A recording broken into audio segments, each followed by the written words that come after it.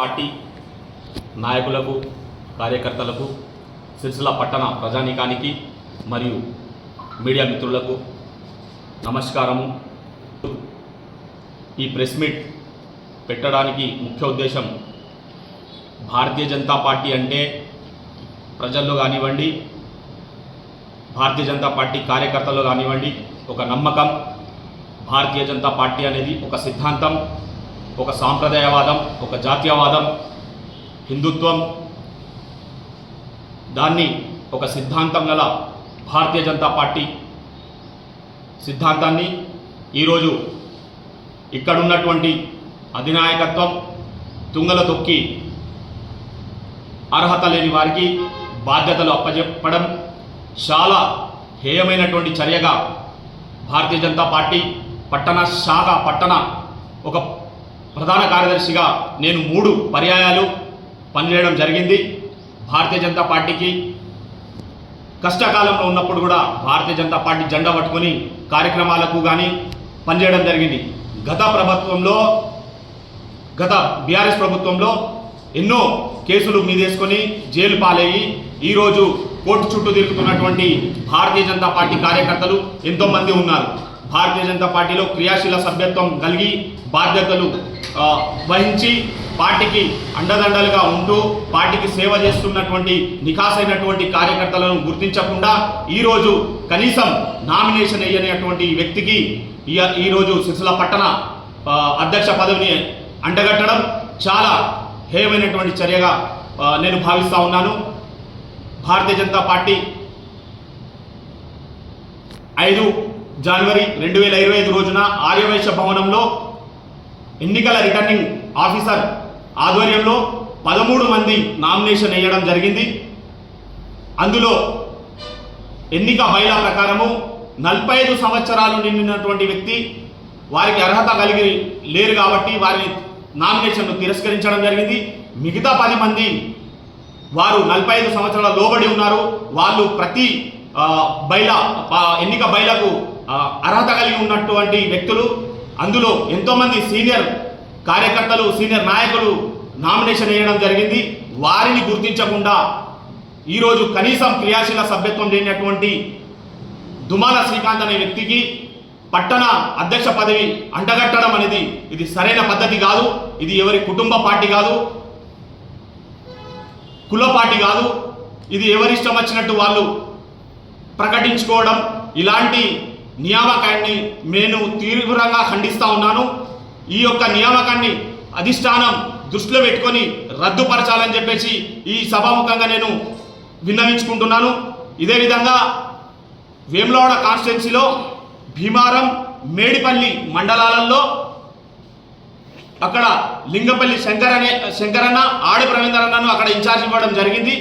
అక్కడ మండల అధ్యక్షులను ఎన్నుకోవడానికి సీనియర్ల అభిప్రాయం స్వీకరించడం జరిగింది. ఇక్కడ అలాంటిది ఏ ఒక్క సీనియర్ కార్యకర్త కావచ్చు, సీనియర్ నాయకుల అభిప్రాయం స్వీకరించకుండా వారికి దుమాల శ్రీకాంత్కి బాధ్యత అప్పచెప్పడం అనేది చాలా హేయమైనటువంటి చర్య. చాలామంది అసమ్మతితో ఉన్నారు. రేపు రానున్న స్థానిక ఎన్నికలలో కూడా ఈ యొక్క ప్రభావం మీకు చూపుతుంది. రానున్న ఎన్నికల్లో రేపు వచ్చేటువంటి సర్పంచ్ ఎన్నికలు కావచ్చు, మున్సిపల్ ఎన్నికలు కావచ్చు, ఎంపీడీసీ ఎన్నికలు కావచ్చు, భారతీయ జనతా పార్టీ జెండా ఎగరాలంటే సీనియర్ కార్యకర్తలను, సీనియర్ నాయకులను ఎంతైనా గుర్తించాల్సిన అవసరం ఉందని చెప్పేసి నేను చాలా ఆవేదనతో నా ఆవేదన వ్యక్తం చేస్తా ఉన్నాను. భారతీయ జనతా పార్టీలో నిఖార్స్గా ఎలాంటి ఆశ పడకుండా, ప్రలోభాలకు లొంగకుండా మేము భారతీయ జనతా పార్టీకి సిద్ధాంతానికి లోబడి పార్టీ జెండా కోసం పనిచేస్తా ఉన్నాము.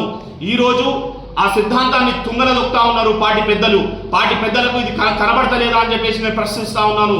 భూ కబ్జా కోర్లను, భూములు దగాకోర్లను, భూములు జాగాలను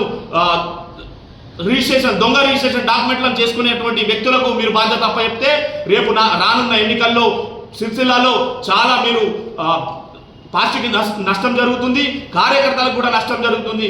పార్టీని నమ్ముకొని పనిచేస్తున్నటువంటి కార్యకర్తలు ఎంతమంది అయితే ఉన్నారో వారికి చాలా పెద్ద ఎత్తున నష్టం జరుగుతుంది. కనుక ఈ నియామకాన్ని వెంటనే రద్దుపరిచి అర్హులైనటువంటి క్రియాశీల సభ్యత్వం కలిగి అర్హులైనటువంటి కార్యకర్తలను గుర్తించి పట్టణ అధ్యక్ష పదవి ఇవ్వాలని చెప్పేసి ఈ సభాముఖంగా మేము ఈ పత్రికాముఖంగా నేను డిమాండ్ చేస్తా ఉన్నాను. భారతీయ జనతా పార్టీలో దేశంలో ప్రధానమంత్రి గారు నరేంద్ర మోదీ గారి యొక్క చరిష్మా ఏ విధంగానైతే దేశంలో అంతటా నడుస్తూ ఉన్నదో మన కరీంనగర్ కాన్స్టిట్యున్సీలో గౌరవ పార్లమెంట్ సభ్యులు కేంద్ర హోంశాఖ సహాయ మంత్రివర్యులు గౌరవనీయులు బండి సంజయ్ అన్న గారి యొక్క చరిష్మా ఆ రకంగా పనిచేస్తుందని చెప్పేసి కూడా నేను విన్నవించుకుంటున్నాను.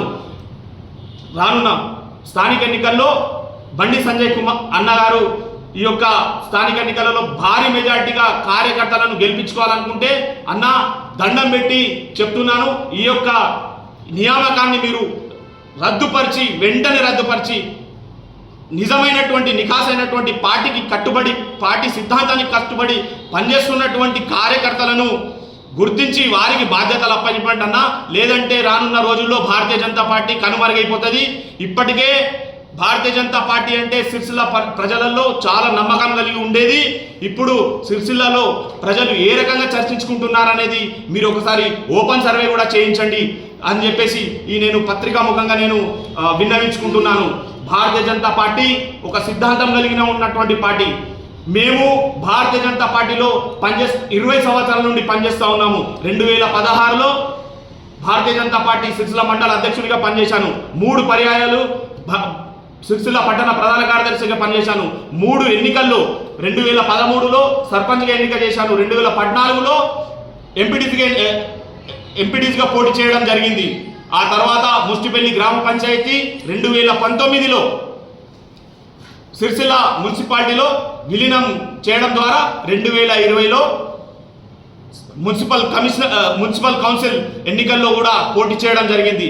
ఈ రకంగా భారతీయ జనతా పార్టీలో ఎంతో మంది కార్యకర్తలు తమ ఇళ్ళనక వాకిలనక వాళ్ళ సొంత అభివృద్ధిని పక్కన పెట్టి వాళ్ళ యొక్క సొంత ప్రయోజనాలకు కాకుండా పార్టీకి కట్టుబడి పనిచేస్తున్నటువంటి కార్యకర్తలు ఎంతో మంది ఉన్నారు. ఈరోజు నిన్నగాక మొన్న వచ్చినటువంటి కనీసం క్రియాశీల సభ్యత్వం లేదు. వారికి మీరు ఏ విధంగానే పట్టణాధ్యక్ష పదవి అప్పచెప్పారని చెప్పేసి నేను ప్రశ్నిస్తా ఉన్నాను. ఈ యొక్క నియామకాన్ని రద్దుపరిచి పట్టణాధ్యక్ష పదవి అర్హులైన వారికి ఇవ్వాలి. లేదంటే మేము ఊరుకోబోము. మళ్ళీ మేము ప్రెస్ మీట్లు పెడతాము. కావాలంటే ఈ యొక్క నియామకాన్ని రద్దుపరిచేదాకా మేము పోరాడతాము. స్టేట్ పార్టీ రాష్ట్ర పార్టీకి కూడా మేము దరఖాస్తు చేస్తాము.